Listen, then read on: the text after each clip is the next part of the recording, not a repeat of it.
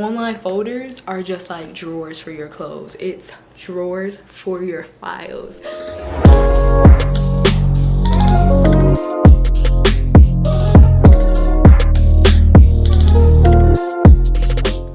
Hey guys, welcome back to my channel. My name is Serena Bradshaw, where I'm all about using your influence for good.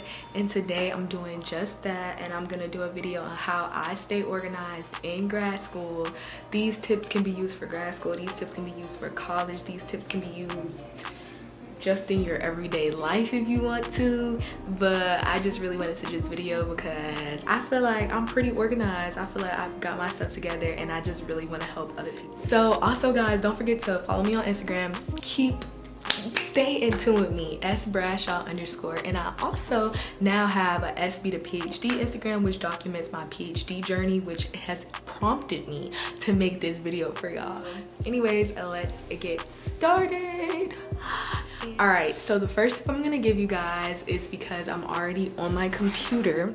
When you have a bunch of classes, what you need to do, especially because everything's online, you right there, you need to create a folder that has all of your, that's gonna be for all your school stuff. You can't have your stuff all willy-nilly. You need to have folders organized that lets you know that you got stuff under control, because organizing things is just like having a drawer. Online folders are just like drawers for your clothes. It's drawers for your files. So I'm gonna show you guys. The video will be here, but I have a fall 2020 course syllabus, and in this fall 2020 course syllabus, you click it and then you have all of my classes. So cognitive assessment, counseling, clinical psych, counseling and psychotherapy, Dr. E. Banks meetings, theories of personality, and human development. When you click in, you're gonna have the syllabus, the textbooks, and the work that I do for that class. And this is for all of them: counseling, clinical psych, the syllabus, the books, and the notes. Since we're on like the organization and stuff like that, I really want to talk about Google Docs and Google Drive. Listen, so my laptop crashed and my hard drive crashed. Don't be like Serena. My stuff was lost, okay, on a hard drive. It is okay to have a hard drive, but you need to have some type of digital cloud, and you need to have some type of backup. I suggest Google Docs because when you're typing papers and stuff, your things can't get lost because it's saved on the drive. It's connected to internet. So things like Google Docs, Google Drive, it allows you to also create these folders that I talked about, and it allows you to put all your work there, and you just can be very, very organized, and you can have all your assignments there. For me, I'm still in the process of organizing my things in the Drive, but you can literally have all of your work there. And the reason why this is so important to have all of your work is because if you're in graduate school, you're gonna have, of course, if you're in college in general or in high school, hey, shout out to y'all, you're gonna have tests and you're gonna have finals, and you want all that information there to study.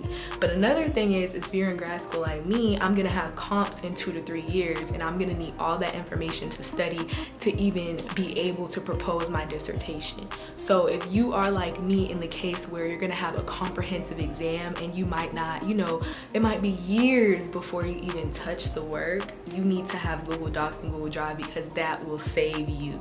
And I was recommended that. I was told that, when you're writing your dissertation, when you're doing anything for grad school, always have it on the Drive just in case it falls, because you have backup, and that is really what's of most importance. It has a search feature, so anytime you're doing something, all you need to do is search what you're looking for. For me, I'm often searching for my work in Tolson, and then chapter 6, chapter 7, Tolson personality theory. These notes pop up, I enter, and then these are all my Tolson notes. And yeah. So remember, have that on deck, all right? Boom. Thing I'm about to get into, y'all, are calendars. I love my undated calendars, and I feel like these things are very, very important. I just got into this calendar. It's undated, but the reason why I say undated is because everybody's month starts differently. So for example, if you were like, okay, I don't want to count weekends as my work weekends, but you still don't want to buy like a full calendar, I don't know if that makes sense, then yeah. So this is a desk calendar. I recommend people getting them. This is how it looks. And what I do is I use this calendar for my content on YouTube and my content on Instagram. I know a lot of people don't believe it, but yeah, I actually do plan my content on my YouTube and my content on my Instagram now. This is my personal calendar. So as you see, orange represents YouTube, yellow represents my SB to PhD, and purple represents my regular Instagram. And I started it on the 24th. This is from the 24th to the 24th. And I just feel like this calendar is really, really helpful. So, you know, this also goes color coordinating. Separate your personal life from your professional life, or your personal life from your school life, because you still need a personal life. And with that personal life, you still need to make sure you're taking care of yourself. So separate that. And for that, on the note of planning, I also swear by passion planners. I love passion planners. I love planners in general. Hopefully one day I can create a planner of my own, but I really, really love passion planners. And the reason why I love passion planners is because, again, I use passion planners for my academics. So this is the month of September, and then what I do here is I just put things that are due. So for example, I have a test, I have a paper, I have, you know, these are more my academic things that are due. And I feel like this is your academic space. Things I need to do, work projects, launch this, outline paper, study for tests. And then I just, you know, put some things down here that my professor might have wrote when I was in class. Also, as you can see, this is how my passion planner looks. It's in 30-minute increments. So I'm just gonna show y'all like this. These 30-minute increments, they have to-do lists. So okay, these are everything that I need to do. This week's focus, I feel like having this week's focus really, really, really helps you say what you want to do for the week. You get a personal to-do list, you get a work to-do list, you get a space of opportunity, and these are 30-minute increments. And then you have today's focus. So for today's focus, I always put things that I want to do, but I also always put my subscriber count, because I'm always counting the growth of my subscribers. So that's something to keep in mind. I also have you know, just things like this. And as you can see, I highlight when I have class, when I need to do stuff. And yeah, I really live by passion planners. If you guys want to know more about passion planners, I don't think I'll do a whole video about passion planners, just because I'm pretty sure there's so many, you know, people that are doing videos on passion planners, and also they have passion planner ambassadors. But for me, I might do something on my Instagram, so make sure to follow SB to PhD, and I might do something on my Instagram. Okay, on that note, another thing that I would say about how to be organized is you should have a schedule, but you should also be very, very flexible with yourself.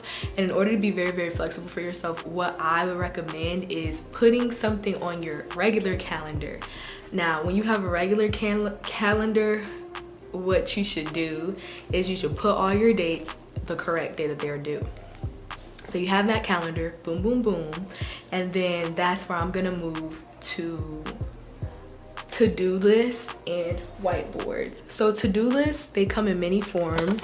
This is one of my to-do lists. I don't know if you guys can see, but this is just a whiteboard, and it has everything that I need to do. So obviously I said kick off first. I need to film videos, I need to write a blog post, I need to post about YouTube, I need to pay my bills, I need to watch my stocks class, I need to do something for my cognitive presentation, and I need to do another assignment for, you know, a class, right?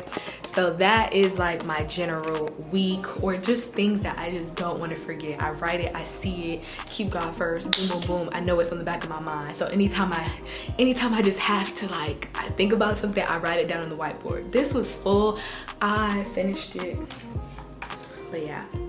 Then the other thing that I do is I have to-do lists, so it's just easier so you guys can see. But what I do is I have to-do lists, and like how I stay organized, I write everything down. So I really I have dump lists, so make SBD to PhD, pros, people can find me, I also have, like I said, I have things that I always have to do. So for example, Saturday, I actually did everything on my to-do list. So all I would do is do this. I would strike through and it would be done. Moving into my to-do list, and I might not get it done that same day. But what happens is I keep on moving it, but I know that it's on my mind and it's important that I have to do it, but I give myself a buffer time. And I feel like that's the most important thing when you're trying to stay organized, is do things ahead of time and give yourself buffer times, because sometimes you can knock everything off your list and other times you just literally can't, and it's just not gonna work for you. But I feel like find what works for you, and for me, having buffer time works for me, and that keeps me organized. And I do that through my to-do list and through my dump list. All right, so it keeps me organized.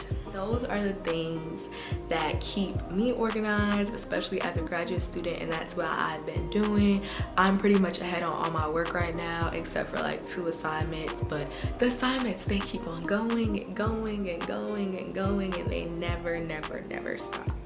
So if you're thinking about grad school, yeah, just know that it's a lot of work, but you can stay organized by doing certain things. Anyways, again, thank you guys so much for watching. My name is Serena Bradshaw, where I'm all about using your influence for good. And make sure to stop what you're doing, like, comment, and let me know what was your favorite tip, and share with a friend so they could get some help too.